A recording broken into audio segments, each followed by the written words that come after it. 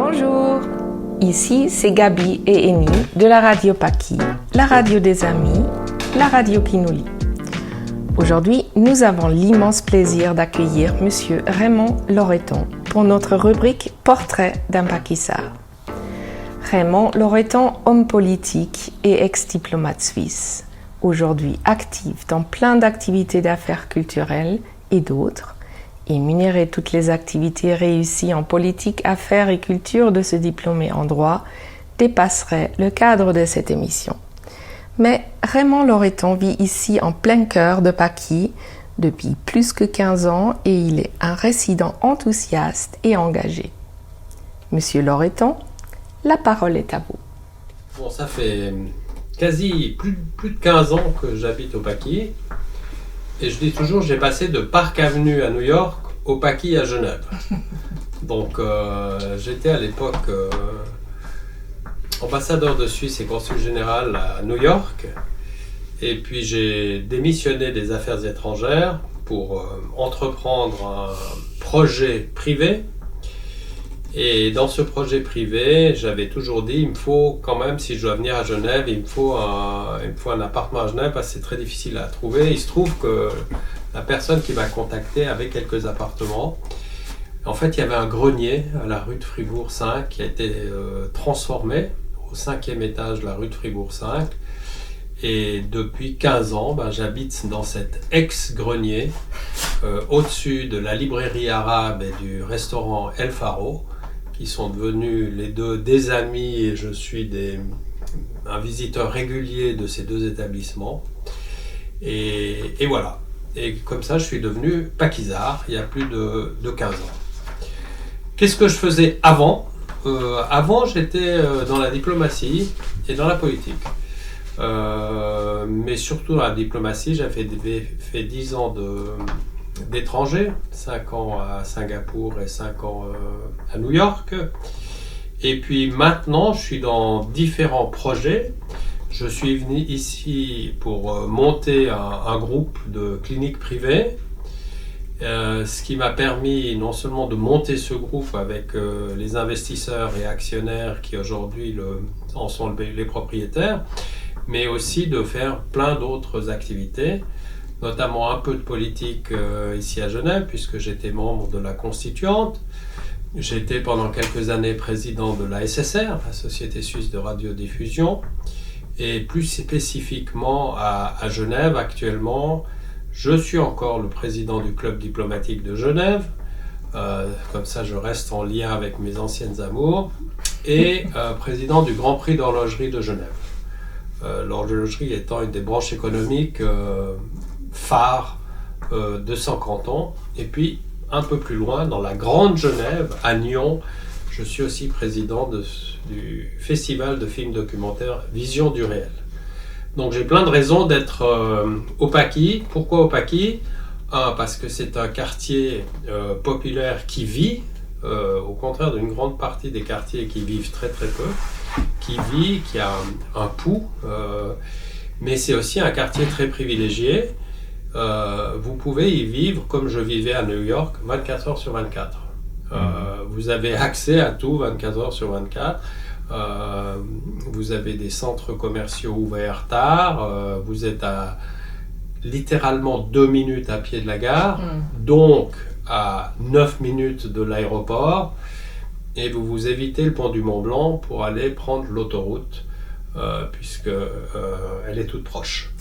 Donc il y a énormément d'attraits, d'avantages à vivre dans ce quartier. Et puis j'ai le privilège de vivre dans une rue qui est extrêmement animée, où j'ai plusieurs amis et où on se sent en famille dans cette rue, on se sent vraiment à la maison. En été, quand il y a les terrasses, tout le monde se connaît, tout le monde se salue, c'est extrêmement convivial. J'avoue que quand je suis venu il y a 15 ans, la situation était bien différente. Il y avait une situation d'insécurité crasse au Paki, et aussi dans cette rue de Fribourg, et aussi avec Alain Bittard et avec d'autres de cette rue. On a pris en main les choses et on a vraiment, entre guillemets, assaini la rue. en mettant les autorités et la police sous pression pour qu'elles interviennent dans cette rue. Notamment, on avait fait des actions avec des sociétés de sécurité publique, ce que la police n'avait pas tellement aimé à l'époque, mais ce qui l'a obligé, elle, de prendre des mesures. Et aujourd'hui, je pense que c'était la rue de Fribourg, c'est ma rue, au Paquis. Je pense que c'est une rue très sécurisée du quartier. Donc, vous disiez donc des sociétés de sécurité publique, mais c'était...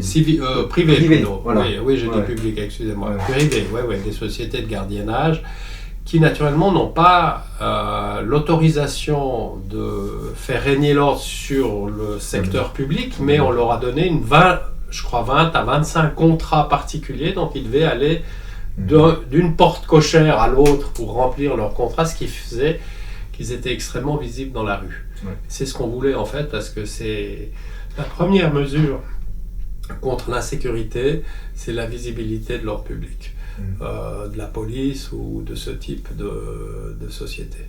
Et ça avait marché. On avait d'ailleurs défrayé la chronique, puisqu'il y a eu une fameuse émission de télévision infrarouge où on a dû s'expliquer en public et les gens étaient interpellés par le fait qu'on fasse appel à des sociétés privées. Ça a fait école d'ailleurs, il y en a d'autres qui l'ont fait après, mais il n'y avait pas... Le seul objectif, c'était d'une part améliorer la sécurité, mais d'autre part aussi interpeller l'autorité pour qu'elle fasse le nécessaire. Et ce qui a marché. La situation est restée donc très bonne depuis... On peut dire que la situation s'est nettement stabilisée depuis quelques années.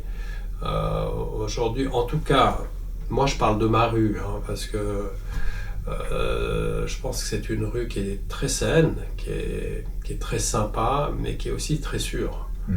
Et je pense qu'en général, malgré la présence quand même de beaucoup de dealers, la petite criminalité est quand même en diminution dans le quartier et dans la rue. Dans la rue, elle a disparu quasiment. Et dans le quartier, je pense que quartier des Paquis, je pense qu'il y a eu une bonne diminution. Disons, moi je vois aussi l'attrait de Paquis, c'est justement ce quartier rouge de la rue de Berne et tout ce qui est autour, et ça fait partie un peu, si je peux dire, la criminalité, c'est toujours un petit lié à tout ce qui est... Enfin, je veux dire, c'est ça qui fait aussi vivant ce quartier, qui donne plein d'attraits Tout à fait, mais la criminalité menace aussi celles et ceux qui font la vie des Paquis, y compris les prostituées, justement, etc. Donc, qui sont fort sympathiques d'ailleurs, mais qui font leur métier, qui vivent et pour beaucoup survivent. Oui, c'est un des aspects traditionnels de ce quartier, mais je ne le résumerai pas à ça, ce quartier, parce qu'il y a plein de familles qui vivent, il y a une vie sociale extrêmement active, il y a des écoles, il y a des enfants, il y a des problèmes de cohabitation, donc c'est un quartier qui ne se résume pas à le Red Light District de Genève.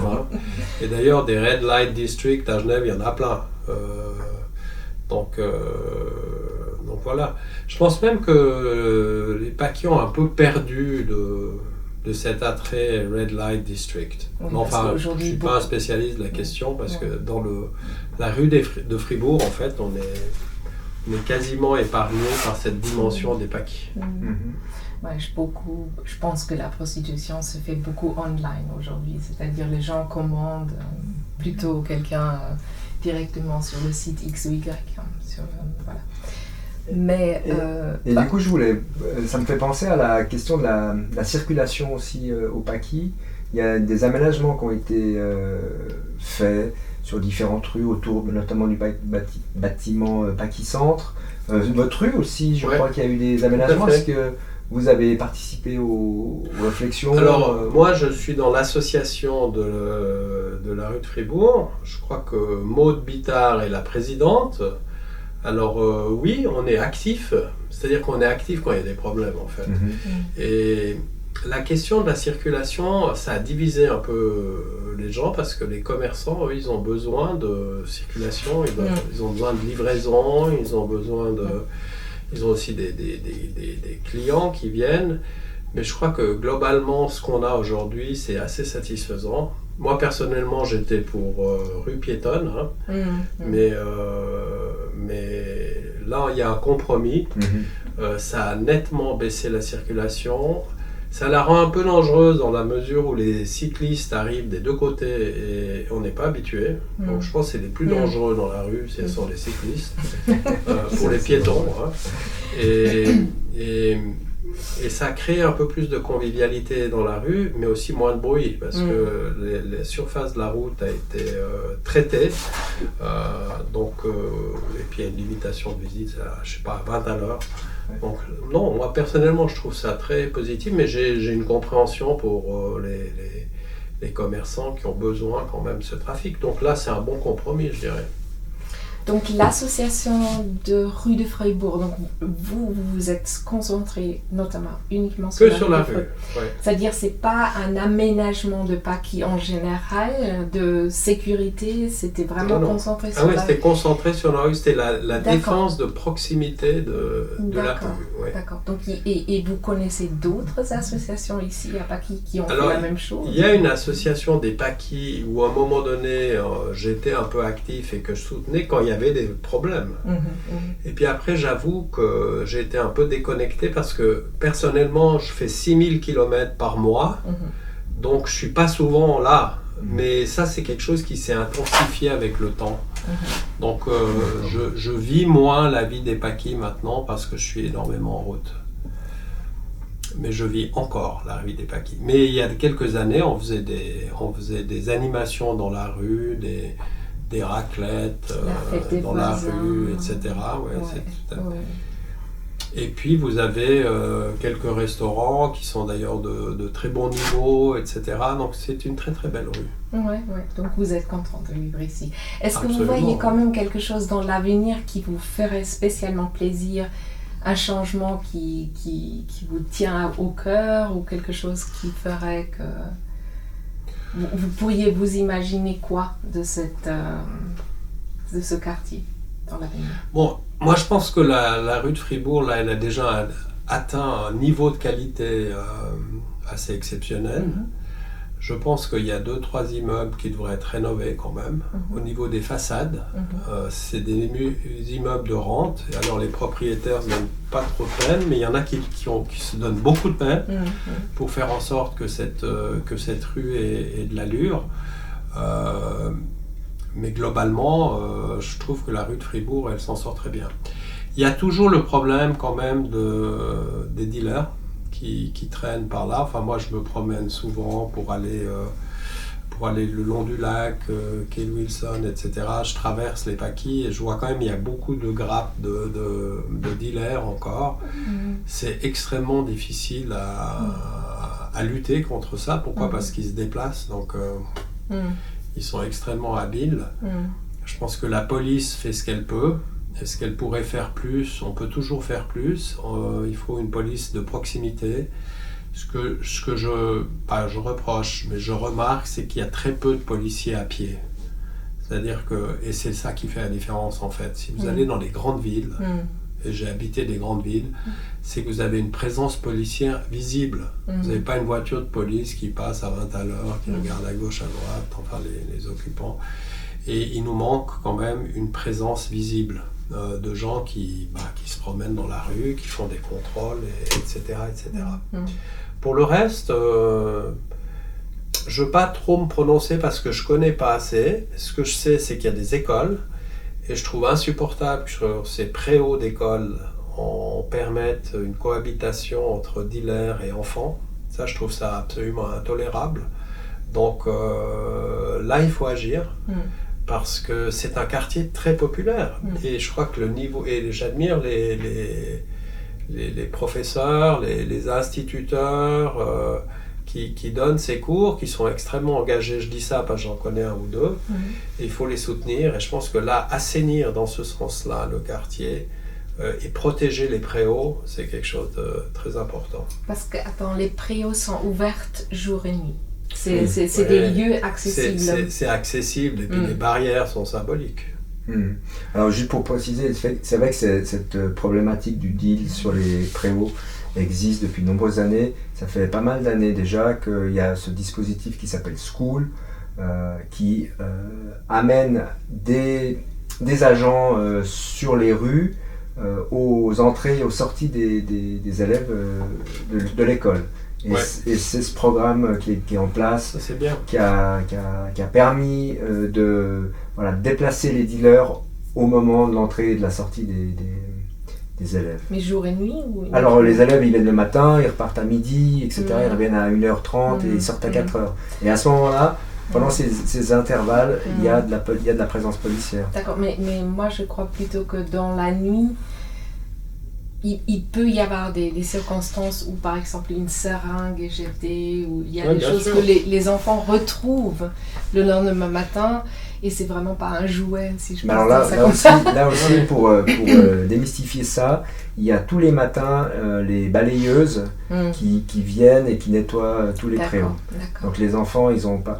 Le seul souci qui demeure, c'est les odeurs d'urine, parce que là, la balayeuse, mais il y a des projets, donc ils ont installé des WC publics qui sont censés aussi un petit peu réguler ce phénomène et permettre... Mais disons, là, on entretient le phénomène en mettant des installations. Je pense qu'il faudrait vraiment essayer de liquider ce phénomène, parce que c'est pas normal qu'autour des écoles, on permette ça.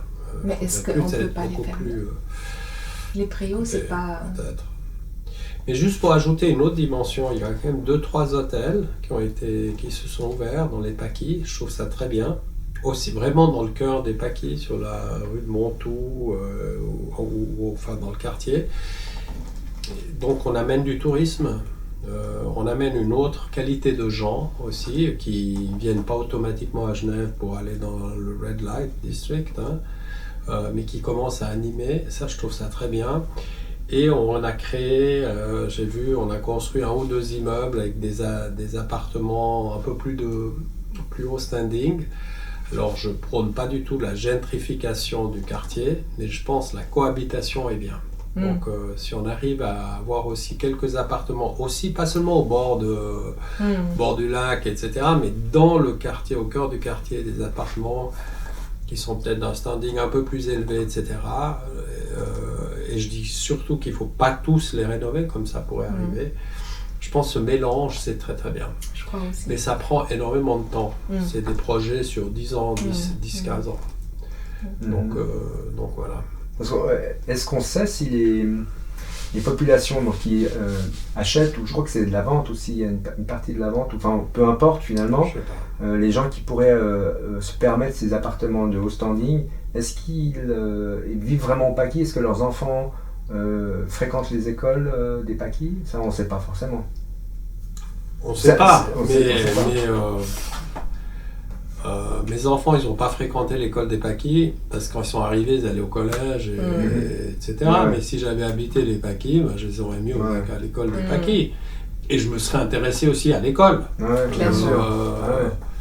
Mais quand je suis arrivé il y a 15 ans, moi, quasiment tous mes enfants, ils ont été témoins ou ils ont été victimes d'une agression. Donc là, l'époque, là maintenant, ça c'est vraiment fini. Et c'était pas de la rigolade, c'était couteau et genre comme ça. Donc ça c'est énormément amélioré. Mais je pense que oui, les gens qui habitent, je sais pas si on peut acheter, je crois pas tellement, on peut louer. Et c'est clair que si vous établissez là, après vous utilisez les magasins qui sont là, et les installations, les infrastructures, l'école, etc. Non, c'est certain, comme vous dites, une mixité sociale, elle est toujours profitable à tout le monde. Je pense que ce qu'il faut... Alors je ne peux pas dire si c'est très développé, parce qu'à l'époque j'avais lancé l'idée qu'on ait un réseau de solidarité aussi, quand quelqu'un a un ennui, on va l'aider.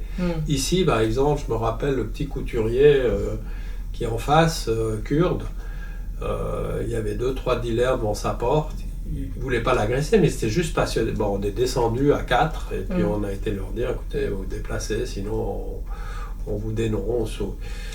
Il faut juste agir. Mais il faut avoir aussi un réseau. Et je pense que ça, on peut encore améliorer. Je pense qu'au Paki, il y a aussi peut-être une certaine pauvreté cachée. Et si on ne fait pas grand-chose, c'est qu'on ne sait pas. Encore faut-il savoir où sont les gens. Et je pense qu'on pourrait encore développer plus un réseau de solidarité. Pauvreté n'étant pas que matérielle, ça peut être l'isolement, etc. Ouais. Donc je pense que là, il y a peut-être des choses à faire. Voilà. Ouais, on observe, en tout cas nous, de la maison de quartier, on observe cette pauvreté qui semble moins cachée, c'est la distribution alimentaire qui se fait à la rue du Môle, à la salle du Môle, pardon. Ouais. Donc j'avais les chiffres, c'était 1350, chaque mercredi ils livrent 1350 paquets. Alors ça c'est pour des gens peut-être aussi hors du quartier.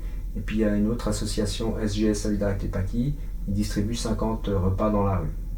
Ça c'est à différentes populations, mais qui sont aussi pour certains des migrants, mais des Suisses aussi, des gens établis, disons, à Genève ici, ont besoin d'une aide alimentaire. Ouais. Et votre regard sur les Pakis il est hyper positif et constructif et ouais, il y a vraiment beaucoup de potentiel ici. Ouais, on a besoin de gens. Il y a une ambiance aussi, mais tout n'est pas. Vous allez vous promener, si vous traversez le quartier District Red Light, vous savez, il y a plusieurs façons de le regarder. Hein. Il y a quand même beaucoup de gens qui traînent par là, qui sont pas très nets, et pour toutes ces filles, je pense que c'est un peu triste quand même. Elles font pas ça pour s'amuser. Et je pense qu'il y a beaucoup de destins privés qu'on traverse, qu'on ignore, mais qui sont pas gays.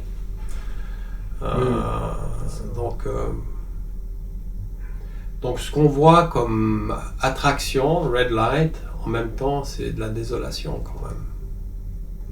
Donc, mais c'est la vie. Oui.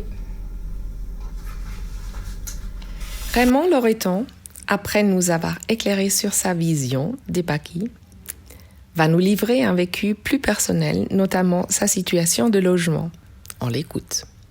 Malheureusement, je suis en train comme j'ai un grand appartement, mais que tout le monde est parti, donc je suis tout seul, donc je suis en train de me demander si je ne dois pas redimensionner mon bon appartement, ça veut dire déménager, mais ce qui me retient, c'est vraiment cette rue. Parce qu'on y développe plus que des habitudes, des amitiés, et puis moi j'adore descendre, aller boire un petit café chez Alain, même la boulangerie qui s'est ouverte au bout de la rue, là il n'y en avait pas, elle est ouverte depuis à 5h ou 6h du matin, c'est extraordinaire, donc on peut aller acheter son pain ou boire un petit café, lire le journal, etc. Il y a un restaurant italien qui va s'ouvrir bientôt. Il y a notre ami libanais qui est un excellent libanais. Il y a le chinois. Et tout le monde est sympa parce que tout le monde est dans la rue. Vous voyez et puis tout le monde se connaît. Et puis tout le monde s'entraide aussi. Moi comme consommateur surtout. Et soutenir les commerces locaux.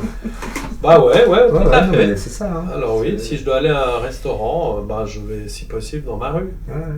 Alors il y en a d'autres à Genève et nanana, mais franchement oui. Ouais, on cherche. Mais c'est aussi parce que j'y suis accueilli comme un ami aussi. Et je pense cette solidarité de quartier, alors moi je le fais comme je peux, selon aussi mon style de vie, mais tout le monde peut à sa façon la développer aussi. Là chez Alain par exemple, il y a une petite salle d'exposition en bas, on fait des fois des événements, et au lieu de faire une séance dans un hôtel, on va chez Alain. Tout bêtement. Et puis on fait un petit buffet libanais, etc. Ça change, ça met de la vie dans la rue.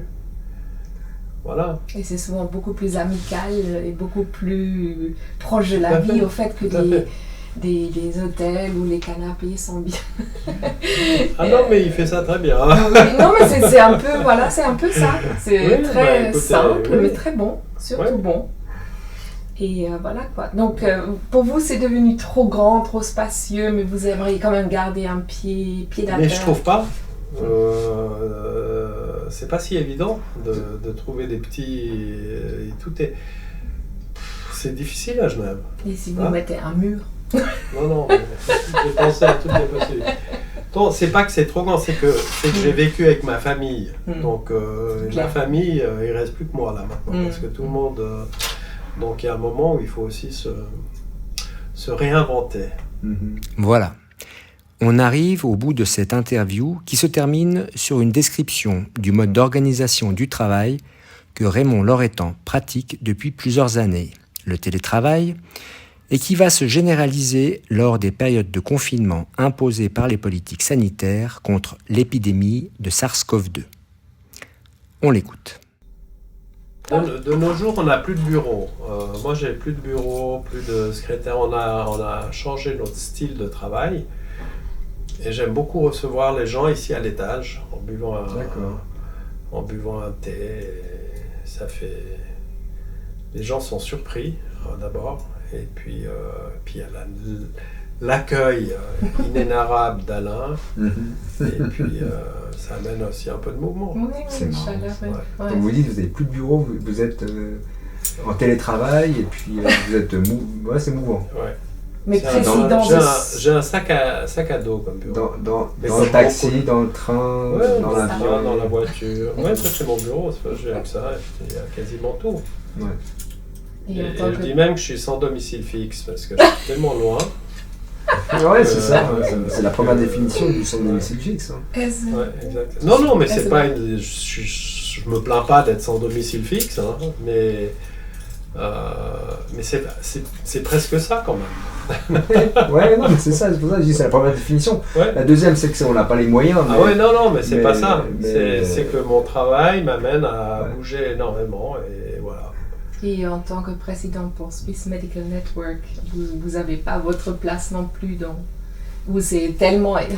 Non, c'est que c'est notre modèle, entre guillemets, de gouvernance de ne pas avoir de bureau. Ouais. C'est parce qu'on va Bon, je suis président d'un groupe qui a des cliniques, qui a des hôtels, on va dans les établissements. Et puis on va chez les gens. Quand on a un rendez-vous, on va chez les gens. Évidemment. Mais c'est un modèle. Il y en a qui ont besoin d'un bureau et tout. Mais aussi, on n'a pas été surpris, et on travaille beaucoup déjà avec le télétravail, etc. C'est pour ça qu'on n'a pas été surpris par la crise. Parce qu'on travaillait déjà comme ça. Ouais. Confinement, ouais, ok. Ça change rien. Ça change pas grand-chose. Non, moi j'ai été contente. Voilà. En tout cas, merci. Mais merci à vous, et c'était...